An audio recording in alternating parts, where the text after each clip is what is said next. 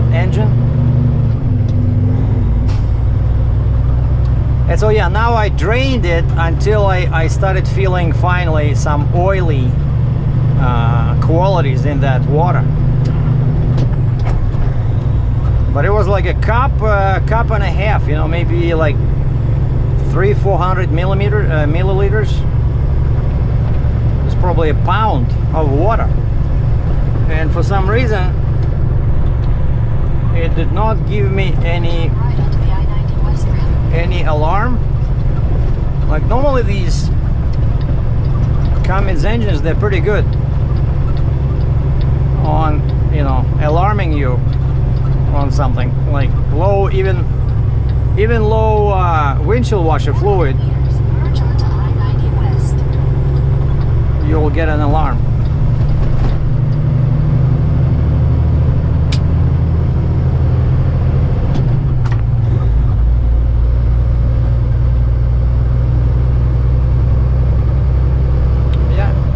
Seems okay now. So yeah, that's the truck stop. I look from the top, and it's located right next to Caterpillar dealer, Cleveland Brothers.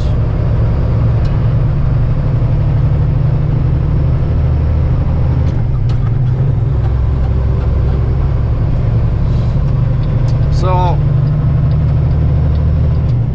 be careful, guys, when you fill up with cheap fuel, because that's what can happen. But I'm trying to remember the price. I think at Jim's Truck Plaza it was $3 US per gallon. Not exactly cheap, you know. But I'm positive it was that guy.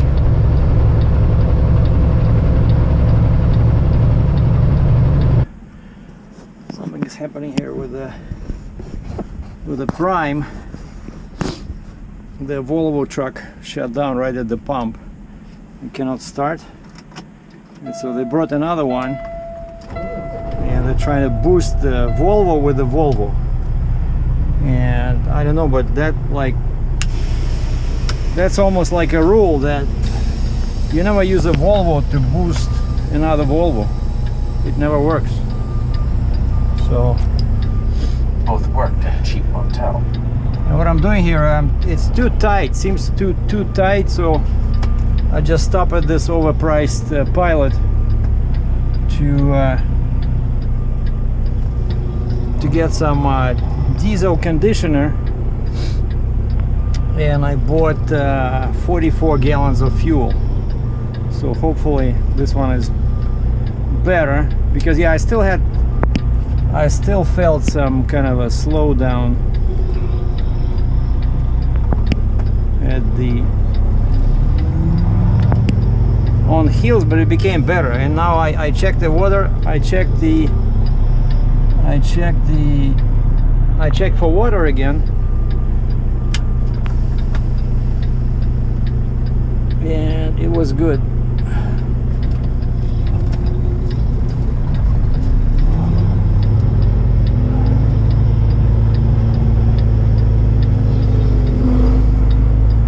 Now this is Pilot in Portersville.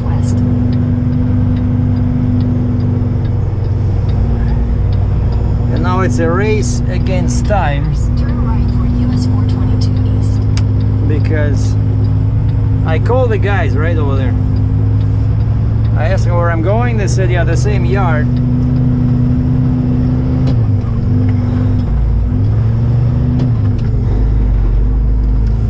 The same yard where I was. And I said, what time do you go home? He says 4:30.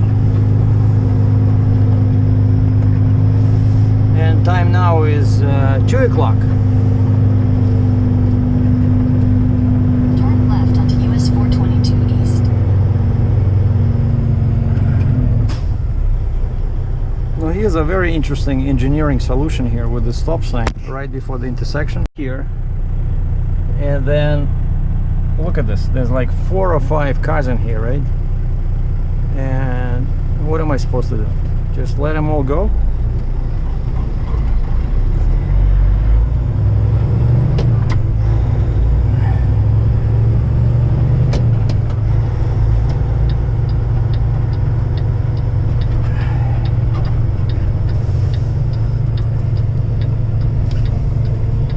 sometimes if you're too low, you can hit the pavement over here. In 200 meters, take the I-79 south exit toward Pittsburgh.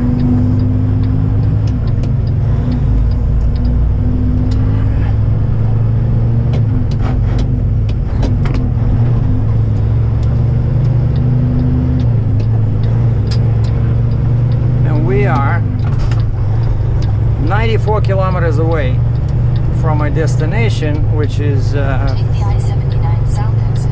58 miles, but that's if I go through that 600 meters, bridge. merge onto I-79 south. If I go through the bridge in Kensington.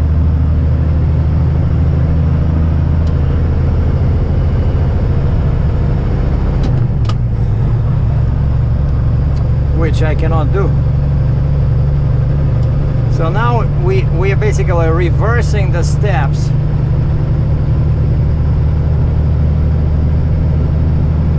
I took when coming here. So if we have any map buffs,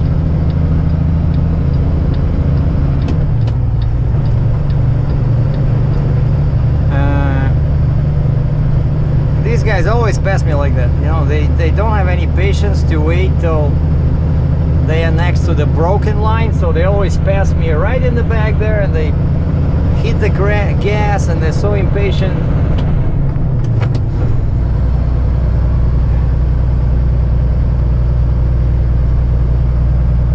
And so yeah, we're going south on I-79 and all the way down to 279. And we're taking 279 to PA 28 east.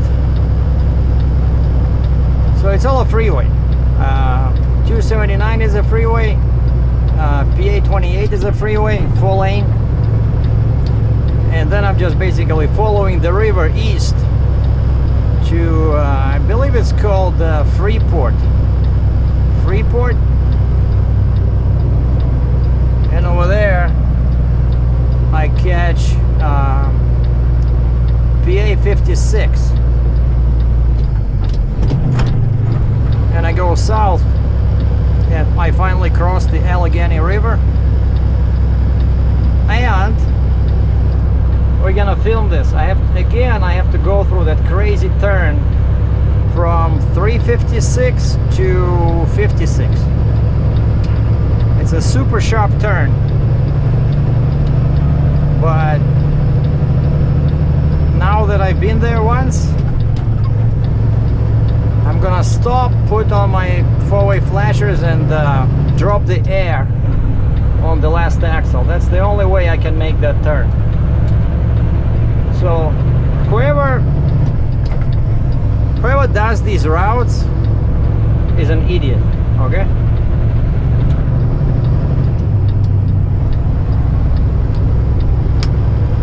They had all the axle spacings. They knew that I'm running on 8 axles, right? And they send the truck through that 150-degree turn. Like, no brains whatsoever, you know?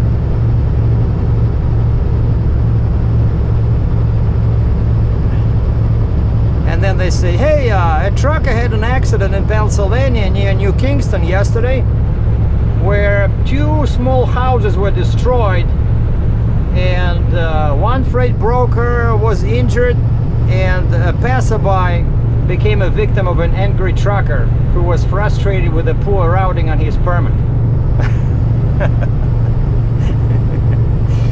No, let's hope that's not gonna happen. Captain Sergey promises you all to keep his cool. Like, you know, I really panic. Just, you know, take it slow, go wide, and get the heck out of there. So the plan is to unload today before 4:30, before all guys go home for the weekend. Otherwise I'll be stuck there till Monday. And that little town, there's nowhere to park. And Dave, the guy who loaded me, said, oh, it's a bad neighborhood. He says, if I were you, I wouldn't want to park on the street. What? I said, how bad of a neighborhood? He says, oh, we find needles, empty bottles all the time on the sidewalk here. Well, I'm not sure what needles could do to my truck when I'm sleeping inside, but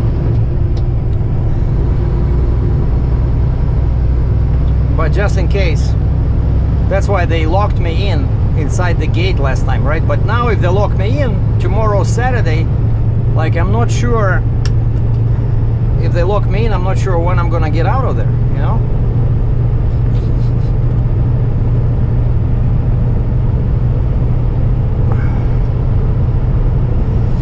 All right, let's see. Pittsburgh. How far is Pittsburgh? Selinople,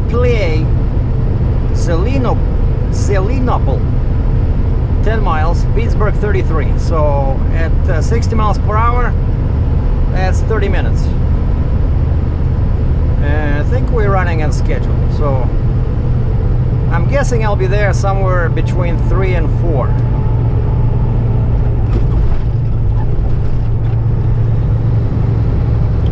Now the two things that might impact my arrival time are, one is earthquake.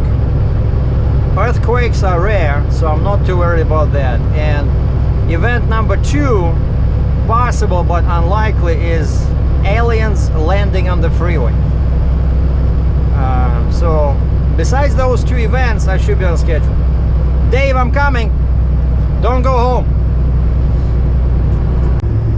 Well, I'm at the bottom of 279, I-279 in Pittsburgh, and now we are looking for exit 2B. And that's the sign at the top on the right. It says 228 north, half a mile, exit 2B. So that's what I need.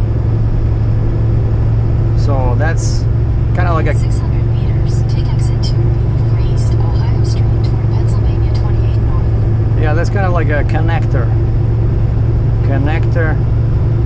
to PA 28.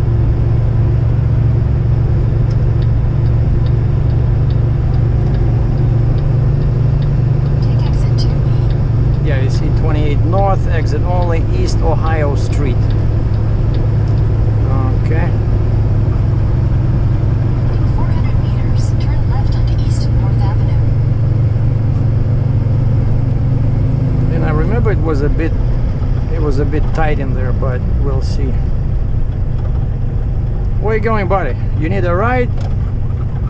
Sorry, no passengers. All right.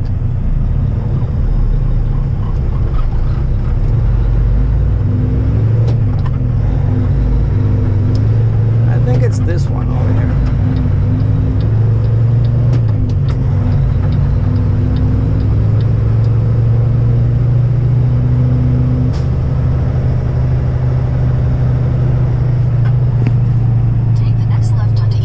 GPS is once again sending me on a crazy shortcut, and only if you can read signs it will say, look how sharp this is. And this is not Ohio Street, this is North Avenue, and the sign says no left turn for trucks over 40 feet long. And I look at that bridge, there's no way I can make that turn, either here or there. You know, and then of course 300 meters, turn left onto East Ohio Street. there you go. That's what I need. We're gonna take this in the middle. We're gonna take the middle of this lane. Yeah, I remember it was tight. So, and left turn, it's only from this lane, but I'm oversized. I got all my lights. Yeah, and I see a sign on the right says 228, PA 28 north this way. All right. Now this is a good place to be. Look, the brewery, some kind of a beer. Last stop before the stadium. So when you go to a stadium, I have no idea what stadium, but So you can load up on beer over here.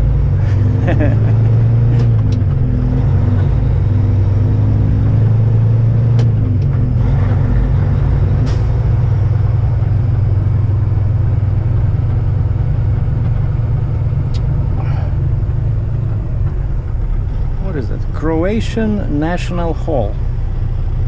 Croatian National Hall. Members only. Huh.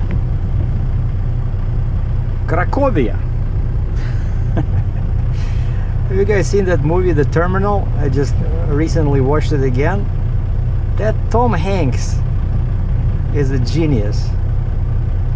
And he speaks, even though of course that's not Russian, that's not like, I think they were using Bulgarian, because that's what it sounded like, but it didn't sound like Russian or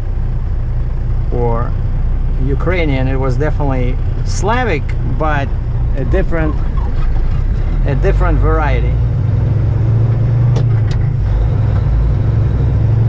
Turn left onto East Ohio Street.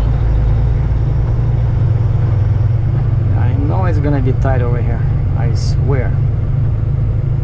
So I'm gonna go like this. If somebody wants me to pass, let them pass. And again, that kind of like begs the question, right? Like, you're sending 79.6 long truck. Okay, how many lanes we have there? We have 2 this way and 2 that way. Okay, 4 lanes, so that's not too bad. So I can go like this, past this guy over here, towards that Deutschtown sign. So this is Deutschtown. So I'm gonna go like this. Hopefully I can make it.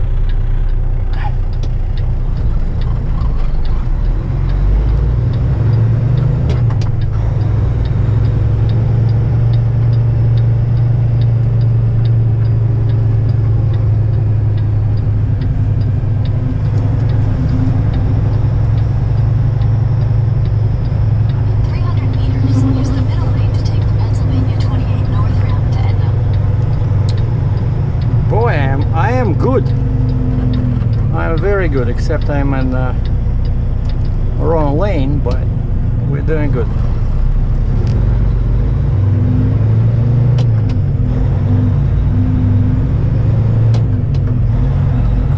Just wanted to show you guys what you have to go through when you have a big oversized load.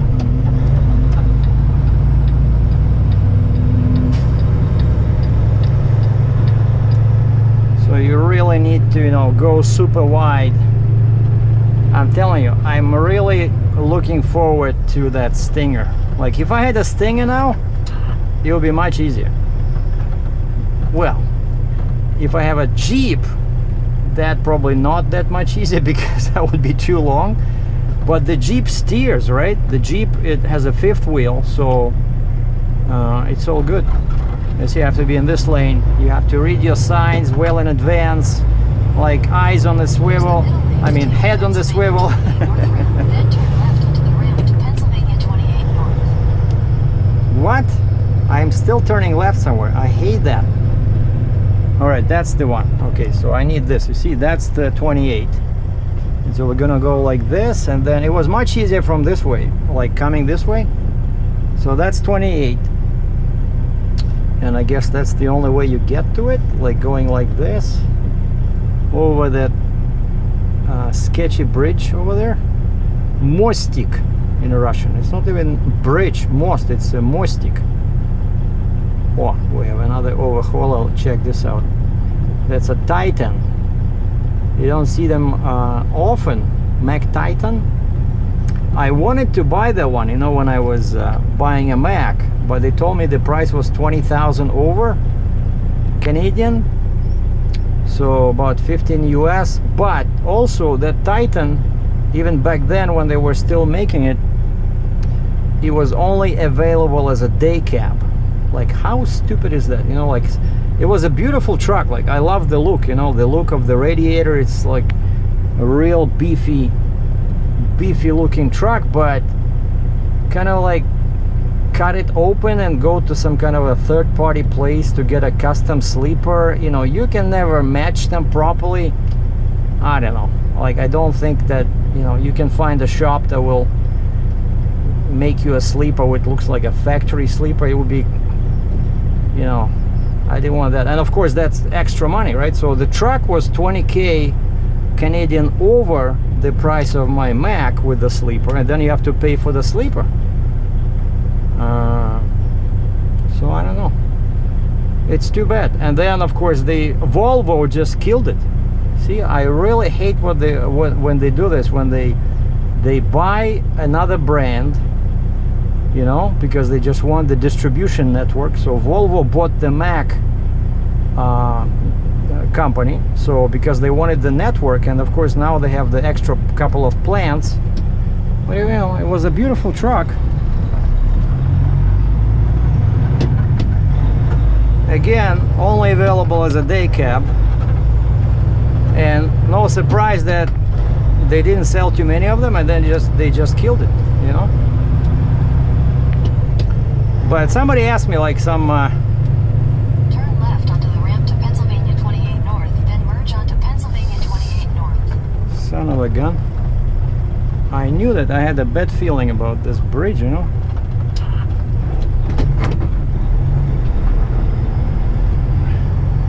But one cool thing about, you know, hauling an excavator is that if you break something, you can pick it up and you know, and hide it somewhere.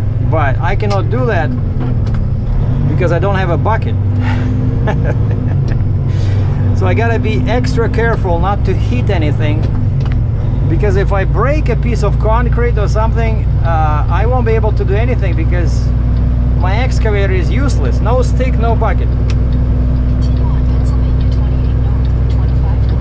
Alright, so finally we made it. So this is 28, you see it's all divided.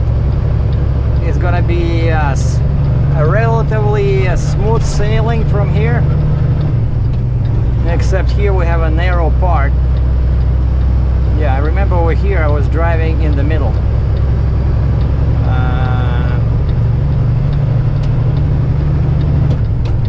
But now my tracks are on the white line. Like on this side I'm on the white line, so if somebody wants to pass me, knock yourself out. But I'm not responsible for the damage to your radiator or your fancy mirrors. Yeah, some driver is trying to pass me, but I cannot go any further. I refuse to go past the white line because that's dangerous.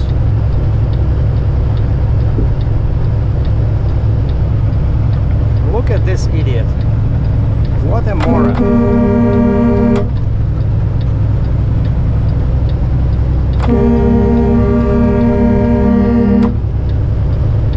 And that's a civilian, like a municipal truck.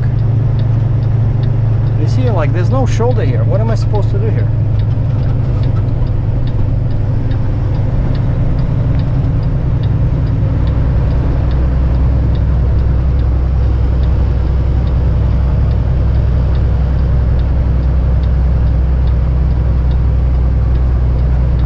It stops somewhere here. Like, yeah, it widens out. I think somewhere here it becomes wider. But I remember this spot. I just basically, when I was driving over there, I just went in the middle.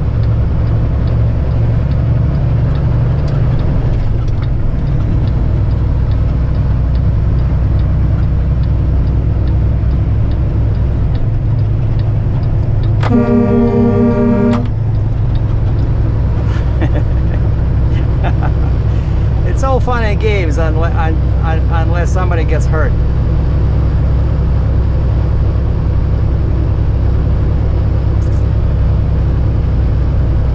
See, there's no shoulder. I cannot be there.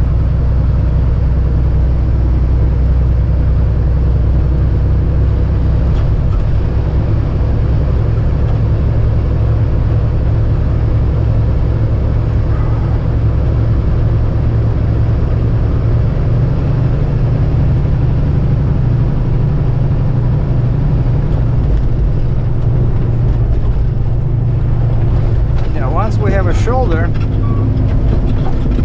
then we're gonna switch.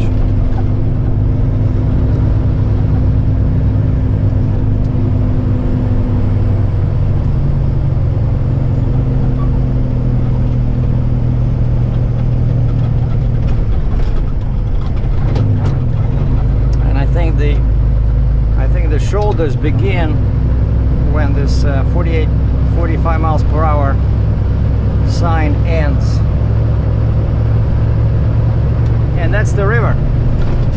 That's the river that I need to cross. All right, is that it? You see the shoulder becomes wider, wider, wider. Yeah, I think this is it. We can go this way, let him pass. Thank you for playing. Thanks for your patience, gents.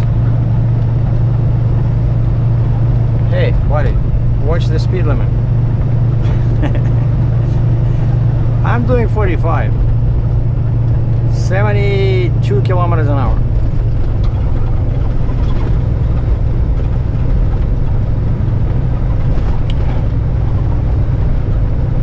And I think I talked about this once. I read an article where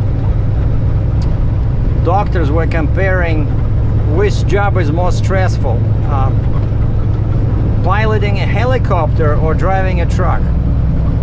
And they did all these tests, and they found that actually driving a truck was more stressful, specifically because of a situation like this where there's no shoulder and you have vehicles passing you at 1 foot away, you know, like the clearances are much tighter than when you're flying a helicopter, right? It took me a whole day to come from the border to New Kensington. Like, the mountains are unbelievable. So my truck is separated, and we still have we just took the chains off the boom, and here's all these cool buckets these guys are using. Check this out. I forgot to show it you guys last time. You ever saw buckets like this? You know, that's what they use to dig trenches. You know? Check this out. Look how narrow this one is. Super narrow. And no, it's not rubber. It looks like rubber, but it's metal. So it's custom made buckets. Anyway, what we're doing now is, because the counterweight is pretty heavy, so the whole machine weighs about 100,000 pounds. So we took the chains off the boom, but we have all the chains are still on the machine. 3 on the tracks on each side, 2 in the front, 2 in the back, just to prevent, you know, for safety, because it was last time we was tilting pretty bad when the counterweight was on the side because of all the extra weight.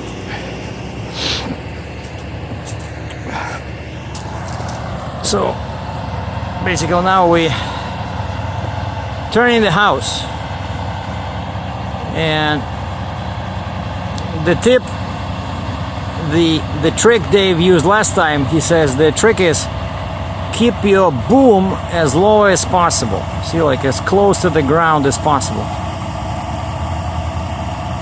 So as soon as he cleared the trailer, he brought it down. Okay, now he has to lift it. Otherwise he's gonna hit some skids in there. But you see, he's only lifting it enough just to clear, and then he's gonna put it down, and that's pretty good. You see now, and we have 8 chains, so that's a big monster machine. And now we take the chains off and put some timbers in the front, and he can drive off.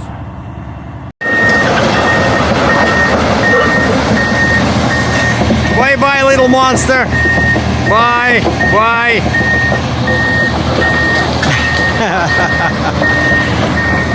What a huge machine. So finally my trailer is empty. My truck is over there. So now I just have to hide the chains, sign the paperwork, and we're done. And I want to say thank you to that kind gentleman in a service truck,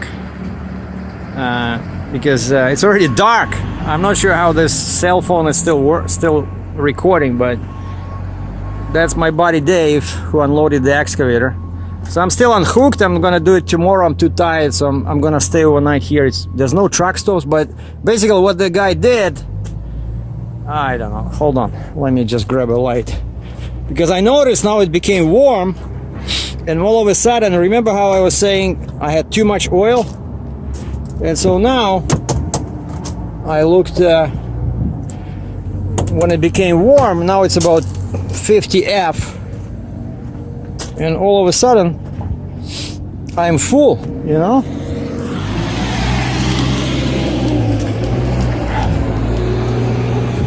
So it was full, like that red liquid, which is actually automatic transmission fluid.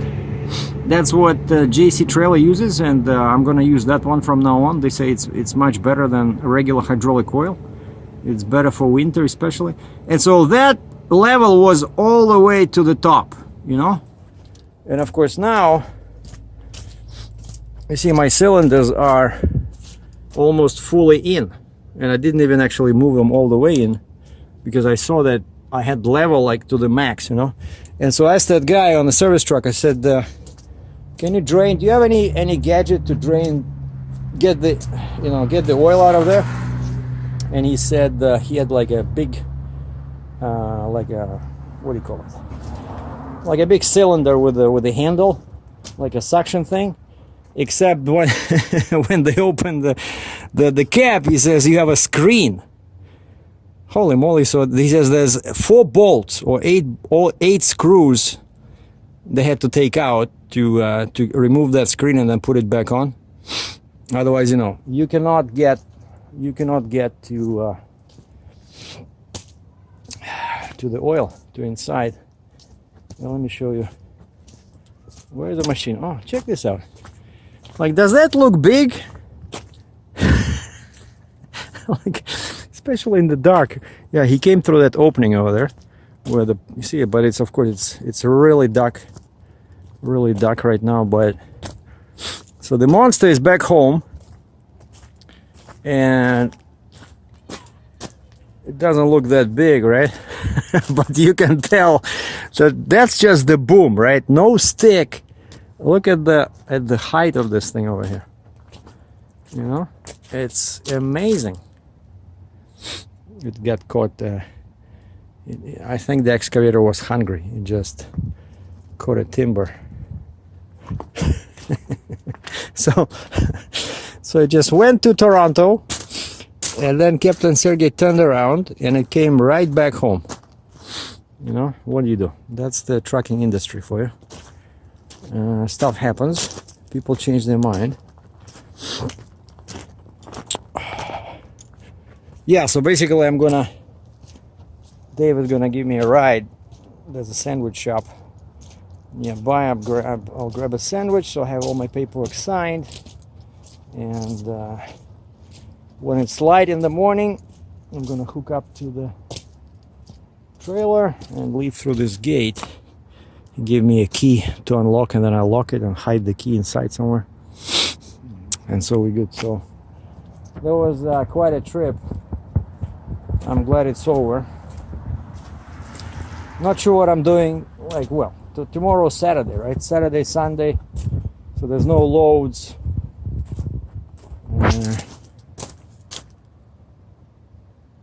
So there's no loads. So I don't know. I'm 500 kilometers or 5 hours away from Cambridge, from my yard. But I don't want to go all the way empty, because, you know, right before Christmas, I still saw some loads, you know, and out of US. So I'm not sure what I'm gonna do, but I'll sleep on it and decide in the morning. So thanks for watching, boys and girls. Be good, sleep tight.